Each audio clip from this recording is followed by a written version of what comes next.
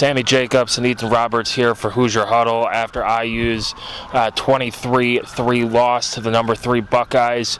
It was a game where a lot of questions needed to be answered by the Hoosiers. I thought they were answered on defense. Offense has a lot of questions left. Ethan, what was your main takeaway from today? My main takeaway was definitely the defensive side of the ball. I think they held Marvin Harrison Jr. to a below par game from his standards, and I think the defensive line showed up well on third and short situations, and the offense has to figure out their side of the ball. The 2 quarterback situation isn't working out too well so far, and they're going to start Taven Jackson next week, and they're going to have to figure it out from there. So Sorsby started this week, Taven starts next week, and the guys know that. They knew that ahead of time.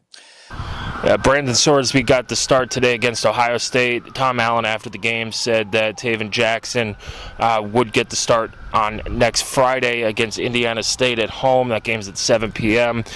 Neither quarterback could get into rhythm. Sorsby got the first 2 drives. Taven Jackson comes in, leads them to a field goal after turnover. He got the drives the majority, the rest of the first half, and then early into the second half before Ohio State started to pull away, and it became more of a passing situation. Brandon Sorsby came in. I thought Sorsby threw the ball decently. The run game wasn't there. They popped a few with Christian Turner and Josh Henderson.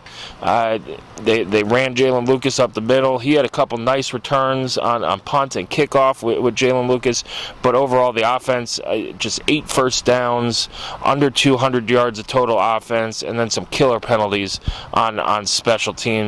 But one of the bright spots in special teams was James Evans. What did you think of Evans today? I think he broke out a few good plays. What the offense really needed was help on field position, and I think he did a really good job of helping them out.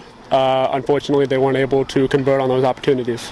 James Evans, like 54.5-yard average today. What kind of weapon can he provide the rest of the season if he stays this consistent? Yeah, my big thing for him is consistency, and he was excellent today, and he works his tail off, and every year he just keeps getting better.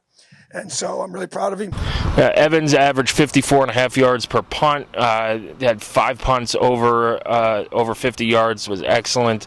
I thought the main takeaways from today, Ethan, Indiana on offense did not turn the ball over. They held possession, although people will say that they would have played conservatively, especially there at the end of the first half. Probably a little more conservative than we, even in that game, would like for it to be. When it looked like they, you could take a shot and maybe get some more points throwing the ball there, especially going on fourth down. If you're going to play conservative, might as well punt there. Maybe you go into half down 7-3.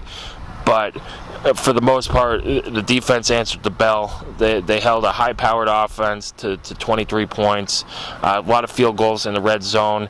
The newcomers, Andre Carter, Jacob Magnum-Ferrara, Nick Toomer, all played well.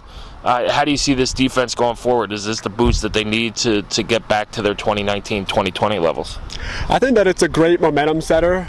You referred to it earlier, the additions of Andre Carter and Jacob Magnum-Ferrara. I think that they held a really potent receiving core to a subpar game. And I think that it's going to be a great just booster shot moving forward to the rest of Big Ten play and out of conference matchups. Indiana will be back at Memorial Stadium next week against Indiana State, an FCS opponent. IU is 6-0 all-time against them. What are you looking for IU to do next week that will make you feel comfortable going forward into the rest of the season?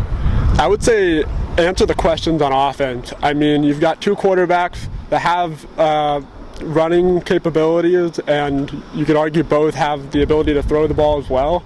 I would say figure out what you want to do, what's going to be your identity moving forward past Indiana State going into the rest of Big Ten play. I think that if they can get that figured out, maybe loosen or clean up a few of those mistakes that were made today, I think that could go a long way moving forward for the rest of the season. I know you can't predict the future, but you said you want to reevaluate the quarterbacks after the 2 games. Is your hope that one separates themselves and you could just stick to one and not keep rotating? Yeah, I would like to be able to have that, yes. Definitely finding an identity on offense is important. IU ran a lot of option today.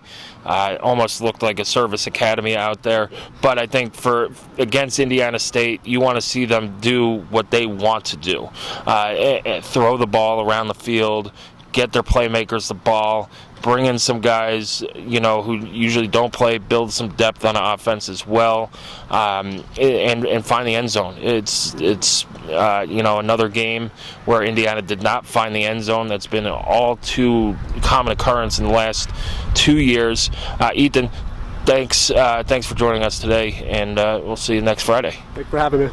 Run and make plays. So we show some signs up front too to be able to do some things that are going to be very important moving forward. So just got to keep getting better. And I like to look in our guys' eye. I mean, there's no doubt a lot of disappointment in that locker room, but at the same time, we know we got to be able to look ourselves in the eye, make corrections, and get ready for a short week.